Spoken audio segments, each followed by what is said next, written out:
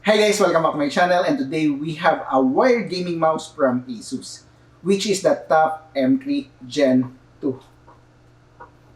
Okay, this time, this gaming mouse is more affordable, and per checking online, it only costs around 1,150 pesos. First things first, I would like to say thanks to our friends at ASUS Philippines for making this review possible. Without further ado, let us unbox the unit and check what is included in the box.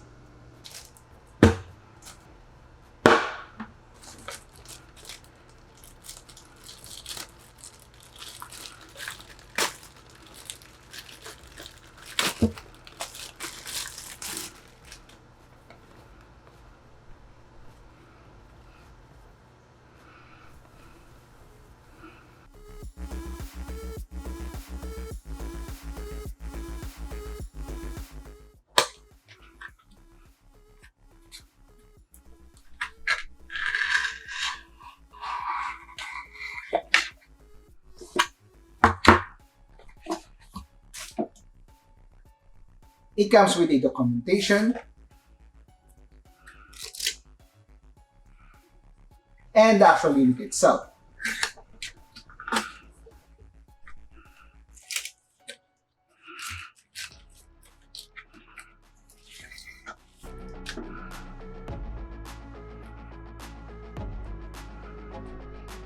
My first impression of the mouse, it is so light, and per spec sheet, it weighs only 59 grams. Under the mouse, it uses a PTFE mouse fit, which is one of the best choices for swift and smooth light. And of course, this one has RGB lighting as well, which you can actually customize. Now, let us check on what are the things that we can do with this mouse using the ASUS Armory Crate that can be downloaded on ASUS website. Okay, after plugging in the mouse, go to Armory Crate application and you'll be able to see here device. Okay, under the device, you'll be able to see TUF Gaming M3 Gen II. Click on that one and you'll be able to see if there are prerequisite update for this mouse. And let's click update now. And currently, it is updating just for the TUF Gaming M3 Gen II. Wait for this one to complete. Okay, then after a couple of minutes, it is already completed. Now, let's try to check the device again and go to TUF Gaming mouse, and of course, please press OK to restart Armory Crate and finish the process. Click OK. Okay guys, right now we are on the buttons menu. Under the buttons menu, this is where you actually configure the functionality of the buttons that is available on your mouse. Right now we have here a forward, backward, scroll up, and so on and so forth. Like for example, if you want to change the button functionality, like for example, the forward button which is on the left, it will show you the left side of the mouse. Click on that one. And the primary function, it is a mouse function, keyboard function, macro, window shortcut, and everything else on the list. Like for example, if it's just a mouse function, it will just forward or maybe scroll ups, DPI switch, backward, anything that you want to do or configure with this mouse function. And aside from that one, let's go to the performance. Under the performance, we have here the sensitivity default. By default, it has, I believe this should be 400, 800, 16, and 3200. But if you want to change the default DPI for this mouse, you can just click on this one, for example, and maybe adjust it to 450. Then every time you change the DPI sensitivity of the mouse, it will go to that preset. Like for example, if the first time you click it, it's DPI 1. And if we click the shortcut button again, it will go to DPI 2. And as you can see, there is a show DPI change notification on the screen because it is ticked. So if you don't want to see that notification, you can just untick this one, and there you go for the sensitivity. And aside from that one, we have the polling rate. For the polling rate, by default, it is configured to 1000. It depends up to you on which polling rate you want to use. And for the angle snapping, by default, this is turned off. And for angle snapping, you want to turn it on. It helps you create a smooth line. Okay? And aside from that one, let's go to the lighting. Under the lighting, there are a list of lighting effects that we can do with this mouse. Like for now, it is on the configuration of breathing. As you can see here, it is turning on and turning off. It's like breathing. And aside from that one, we can change it, maybe color cycle.